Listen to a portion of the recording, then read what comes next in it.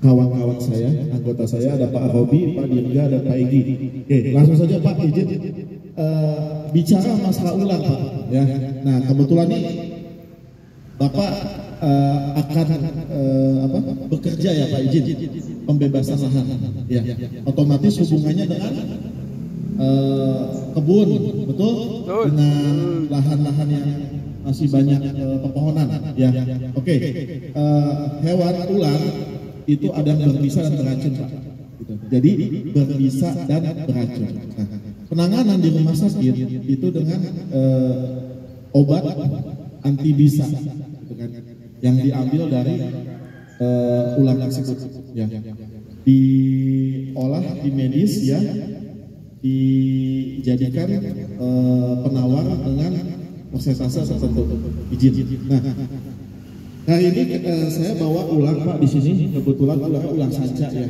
Jadi ular itu ada yang mematikan melalui bisa dan racun, lalu ada yang melilit. Nah kalau di Kalimantan kan ularnya banyak Pak, betul tidak ya? Betul. Udah pernah ke Kalimantan? Belum. Belum Pak. Saya doain Pak ya. Mudah-mudahan di sana ya. Oke. Nah kita akan mengenali Pak ya, kawasan atau letak-letak sarang ular ya, biasanya lembab, tertutup dengan apa Pak? Tertutup dengan pohonan yang sudah lapuk, atau biasanya kalau ular kobra itu ada di dekat-dekat pohon bambu. Kenapa? Karena lembab Pak, nyaman, betul nggak? Bapak kalau nyaman enak kan Pak? Betul. Iya dong, nyaman, gaji gede, luar biasa ya. Nah kali ini ya yang saya bawa ini ularnya ular sanca atau piton. Nah, bicara untuk ular, tempat atau dia kawasan-kawasan dia itu ada ya di daerah-daerah yang memang lembab, tertutup oleh pohonan dan lain-lain. Ya, seperti itu. Lalu ular itu sebetulnya hewan teritorial Pak. Dia akan merasa terganggu kalau kawasan dia itu diusik. Ya. Apalagi kalau musim bertelur Pak, ya musim penghujan. Nah, ular termasuk hewan teritorial. Nah, bagaimana caranya? Nah, ketika kita bertemu dengan ular, ya tidak sengaja bertemu dengan ular, biasanya ular itu kalau kita tidak usik dia akan melarikan diri. Itu saja. Jadi insting mereka itu mempertahankan diri. Ya. Oke, langsung saja Pak Dirga dibuka ularnya ya. 15 menit. Oke. Pak Robi. Oke, dibuka aja ularnya. Saya minta orang tuh Pak izin ya. Izin. Yang takut ular siapa nih? Ada yang takut ular enggak? Takut saya juga takut. Mas Sofian Pak, itu tuh yang pakai kacamata. Saya minta dua orang. Enggak apa-apa. Ini aman. Enggak apa-apa. Enggak apa-apa. Ayo Pak. Si Ilham tuh. Ilham berarti Ilham tuh. Oh ini Bapak izin ya. Oke, yang satu lagi Pak. Oke.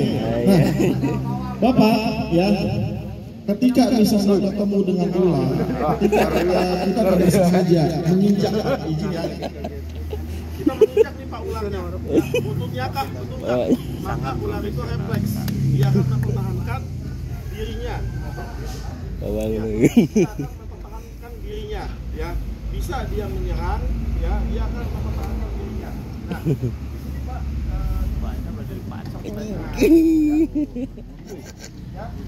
Pak, kalau lebih muntah dia. Perkebunan atau di lahan-lahan tertentu ular banyak Pak. Itu wanita. Tuh, lilit tuh ini mah. Sansan. Berani si bapak dia. Sini Pak, ini ada jenisnya ular piton atau sanca ya. Nah, tepuk tangan dulu dong.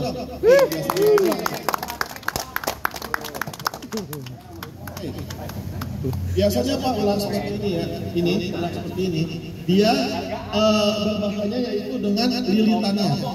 Nah, ketika Pak, kita bahas ular ini dulu Pak ya, baru nanti kobra ya. Ketika dia melilit Pak, biasanya Pak dia akan melilit dengan sekeras-kerasnya. Ya, pressure tekanan dia ketika melilit Pak, ini bisa mematahkan besi. Ya, ini keras nih Pak. Ini dia udah mulai keras. Ya. Kalau ketemu ular seperti ini, biarkan saja. Ya, kalau dia tidak mengganggu. Kalau dia mengganggu, ya, baru kita tangani. Dan jangan sekali-kali meletakkan ular seperti ini di leher Pak.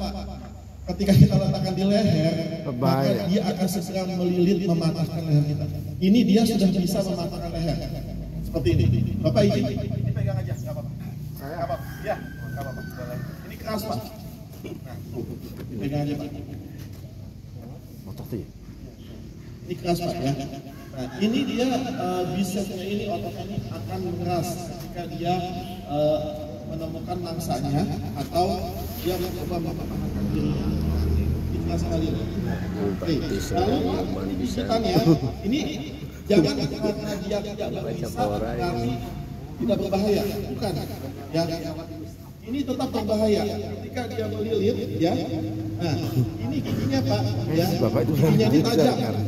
Giginya ini dia bukan vertikal, tapi dia melengkung. Oh, ke dalam. Ketika digigit, ya seperti ini, ya, itu jangan asal diambil. Kalau diambil sakitnya luar biasa Pak, ya. Cengkramannya kuat, ya.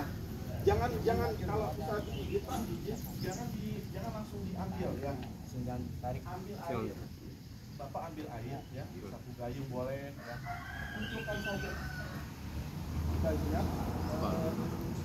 dulu dan nasinya, kucurkan. Nanti dia akan lepas, ya. Oh gitu. Ini dia bisa, ya. Nah, yang kurang. Oh nyari di mana buat kayak gitu? Dia bisa panjang ini Pak 5 meter. Kalau sudah ketemu yang besar, ya Bapak lari. Karena kalau sudah dia ukurannya sangat besar, dia bisa memangsa manusia. Karena rongga ular dia elastis Pak. Dia bisa memangsa ukuran seperti ini, dia bisa memangsa kucing. Lalu lebih besar lagi, dia bisa memangsa kerbau, sapi, kambing, bahkan manusia. Ya. Dia ketika melilit, ya, selama nafas kita masih ada Pak, dia tidak menghentikan. Dia akan terus melilit Pak sampai kita meninggal. Ya, karena dia akan mematikannya dengan cara melilit badan, ya, mematahkan tulang agar lunak, ya. Lalu kita terlilit sampai kita tidak lagi bisa bernafas. Baru dimakan, lalu dimakan itu di dalam tubuhnya ada enzim yang bisa meratakan, memudahkan, ya, metabolisme ular tersebut. Jadi ketika ular sudah 3 hari memakan, kita buka biasanya Pak badan udah pada lunak Pak. Ya seperti itu. Nah, ini ular seperti ini, ya. Nah, cara pencegahannya ketika ular ada di bawah, ketika dia tadi saya bilang ya, ketika tergigit, ya, digigit nih, ya, ambil air, ya, ini aja, diminum, ya, apa ya, nanti dia akan membuka sendiri. Jangan langsung dibuka Pak ya, jangan, kasihan. Nanti ketika digigit ke dalam, ini tajamnya minta ampun Pak, ya. Ketika ke dalam nanti kita paksa buka, dia akan berdarah. Kalau sudah pendarahan Pak, kan bingung, harus kita bidet dan lain-lain, betul tidak? Betul. Seperti itu, oke. Nah, kedua, kobra kita nggak bawa ya, karena habis Pak. Banyak, ketika kita tangkap banyak yang minta ya. Nah, ketika tergigit ular kobra itu, ya, saving life, ya. Jadi Bapak waktu sangat berharga. Ketika misal tergigit ular yang berbisa, meskipun kecil ya, bisa Bapak ketemu ular nih, kok ada kecil nih misalnya, kita tergigit Pak, ya. Nah, oke, itu akan sangat mematikan Pak. Penanganannya pertama, ya. Nah, makanya kan biasanya kan kalau ketika ada kegiatan tuh kan sudah prepare Pak ya, izin ya. Misalnya kan ada HSE-nya, misalnya dia ada IC Civil Commander, betul kan Pak? Ada ambulan. Ketika terjadi apa-apa, ada rumah sakit terdekat yang rujukan yang terdekat rumah sakit di mana, betul tidak? Itu HSE-nya, ya. Lalu bagaimana cara penanganannya? Nah, ketika tergigit ular kobra, ya, ini saya nggak terlalu detail Pak ya, soalnya waktunya, izin ya. Ketika tergigit ular kobra, ya, pertama jangan panik, ya, tetap ambulan itu harus ada Pak, standby. Ya, minimal tuh ada ambulan Bapak. Karena kan kita proyek ini luar biasa tantangannya Pak, hewan-hewan yang beracun, berbisa dan lain-lain. Ya, ambulan sudah ada. Ketika memang jauh ambulannya harus dibopong, pertama Bapak jangan panik. Panik pasti ada Pak. Waduh, ini ketemu malaikat ya Mas. Dikira gitu ya, betul tidak ya? Nah, imobilisasi, jangan bergerak. Imobilisasi Pak. Ya, imobilisasi. Terdengar nggak suara saya? Nah, ketika tergigit ular kobra, imobilisasi, jangan bergerak Bapak. Sudah diam aja, ya, jangan bergerak. Posisinya tenang aja, ya. Bapak punya waktu sebelum berangkat ke alam lain. Nah, ketika Bapak banyak bergerak, maka poison, toksin itu akan bekerja dengan cepat, pembuluh darah, ke jantung dan lain-lain. Sehingga Bapak cepat lemas akhirnya. Amit-amit uzal-uzalik ya, meninggal dunia seperti itu ya. Nah, kedua, rekan Bapak ini sangat berpengaruh Pak. Ya, jadi rekan Bapak ini harus tahu penanganannya. Ya, pertama ya, kalau tidak ada alat untuk bidet ya, kita ambil kayu ya, bisa seperti ini ya Pak ya, seperti ini kayu ini. Nah, saya minta satu orang, Bapak aja nggak apa-apa. Nah, letak gigitannya ya. Ini kalau di dalam ruangan classroom biasanya saya pakai slide ya. Layar slide PowerPoint ya. Misalnya di gigitannya Bapak lagi ya, di sini ya. Izin Pak ya. Gigitannya di sini ya. Oke. Ketika gigit di sini, posisi Bapak itu santai. Ya. Jangan terlalu panik, jangan banyak gerakan. Imobilisasi ya. Mau posisi duduk enggak apa-apa. Enggak apa-apa ya. Misalnya, nah, nggak apa-apa ya, oke seperti ini. Tidur nggak apa-apa. Satu orang lagi, nggak apa-apa Bapak. Nggak apa-apa, enggak mereka pulang enggak, tenang aja. Nah, perhatikan Pak. Nah, ketika Bapak seperti ini, tekan dulu Pak. Apa di aja kali ya? Ya kelihatan semua ya.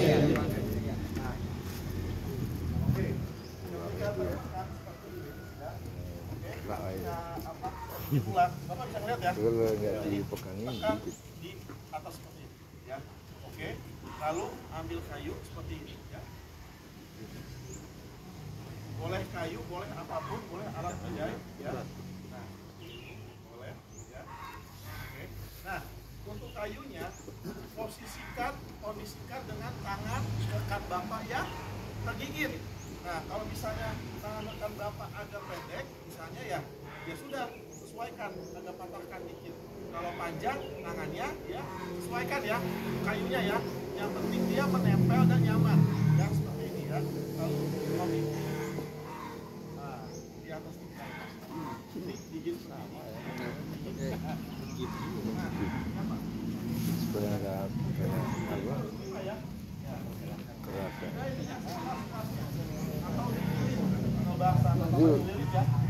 Berarti udah lepas lah dari gigitan aja ini. Agak ini nanti nggak apa-apa ya. Fungsinya ini darahnya biar racunnya biar tidak cepat mengalir.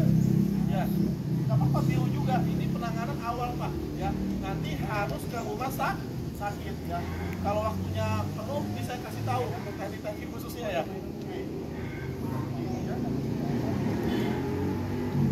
Sambung 42. Saya tadi bilang ya, posisikan ya. Kalau misalnya tangan rekannya pendek ya bisa dipatahkan ya. Kalau tangannya panjang ya, gampang kan. Sediakan air. Aqua 2 liter ke 3 liter banyak minum Pak. Ya, harus banyak minum dan jangan banyak bergerak ya. Seperti ini ya. Nah, harus kuat. Kalau misalnya masih bisa, tekan aja Pak. Ini fungsinya biar racunnya tidak apa? Tidak Melebar, ngalir. Ya, seperti ini ya. Sakit nggak? Nggak. Lagi sampai dia mengerut seperti ini. Ya. Terus. Artinya dia jangan sampai ya. Nah, ketika seperti ini Pak, ya, Bapak ya sebelum dibidai seperti ini ya, Bapak tekan dulu ya di atas yang gigitannya. Satu orang lagi Pak membuka bajunya, boleh menggunakan gunting. Buka aja semua bajunya, memudahkan ya. Cincinnya lepas karena ketika digigit ular dia pasti ada proses pembekat pembekakan. Buka bajunya ya, seperti ini ya. Nah, ini ya. Oke. Lalu ya, kalau misalnya ada stitcher, Bapak tahu nggak stitcher, Pak? Stitcher, tanduk, tanduk. Ya. Nah, itu harus ada tuh yang memudahkan Gotong. Atau misal Bapak ya, bukan Bapak ya, nggak apa-apa Pak. Kalau misalnya jarak agak jauh, nah, misalnya ini sudah dibidai Pak ya, sudah dibidai ya, proses pemindahan. Waduh. Ya. Nah, tangan yang sudah dibidai, ini biarkan saja Pak, jangan begini. Letakkan saya seperti ini ya, kita bopong seperti ini ya. Supaya nah kalau tidak ada, ya seperti itu ya. Nah,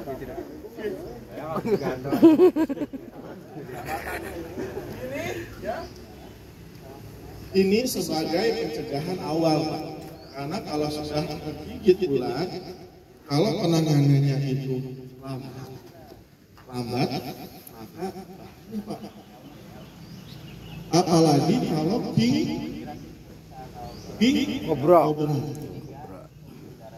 Yang penting Pak, ya, Bapak penguasaan medan, lahan medan. Kalau seandainya Bapak mau memotong atau misalnya merapikan lahan, membongkar lahan, ya, lihat dulu posisinya. Apabila itu ada pohon bambu, ya, hati-hati Pak, waspada. Ya. Safety. Sudah safety satu. Ini pasti perkara berat Pak izin ini. Iya. Karena enak Pak ya di dalam. Tapi kalau yang merapikan bawah dan lain-lain harus pakai glove atau sarung tangan ya Pak. Dan kobra itu biasanya dia selain menggigit, dia menembakkan bisanya. Dan ditembakkan ke arah mata Pak. Jadi harus pakai kacamata. Harus pakai kacamata Pak, safety ya. Ketika memang Bapak ini sudah digeruk lahannya, dirapikan sama Bapak misalnya, pakai kacamata Pak. Kacamata biasa juga nggak apa-apa. Kenapa? Supaya tidak terkena semburan. Kalau terkena semburan Pak, ya di sini ambil air. Jangan seperti ini Pak. Jangan ambil air yang mengalir atau ambil air dikucurkan. Dari keran bisa. Atau misalnya di keran tidak bisa, di sungai kan suka ada air Pak ya yang mengalir. Jangan dibasuh seperti ini ya. Dialirkan dulu sampai 3 menit ya, supaya bisanya ini hilang, baru boleh pakai sabun atau ambil tanah boleh. Tanah boleh ambil ya. Ya.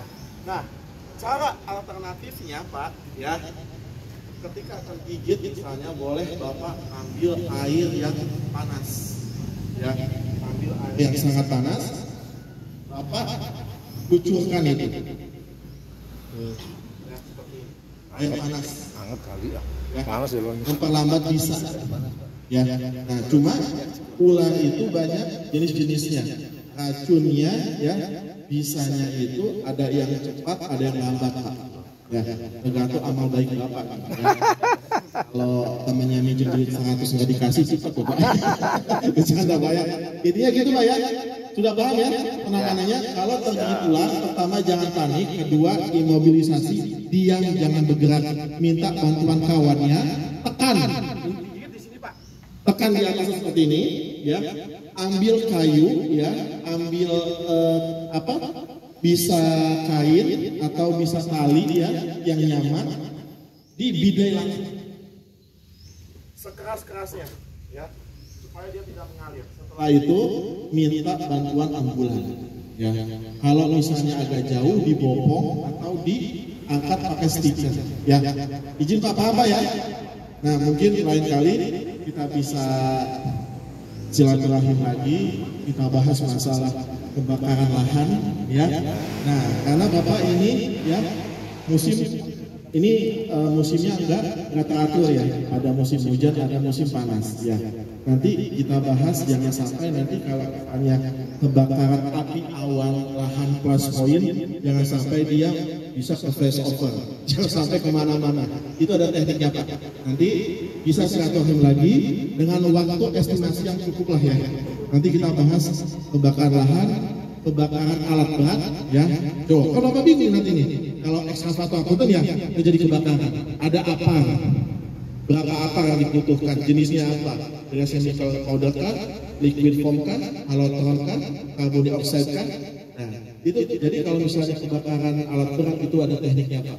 Menyelamatkan alat beratnya masih bisa dipakai. Minimal cover Pak, minimal di cover diperbaiki nggak begitu parah. Ada tekniknya, ya begitu. Izin Bapak ya. Demikian ada pertanyaan? Singkat sekali. Ada pertanyaan? Izin Pak. Ya siap. Nanti mohon dengan HSE kerjasamanya. Oh siap. Ada dari program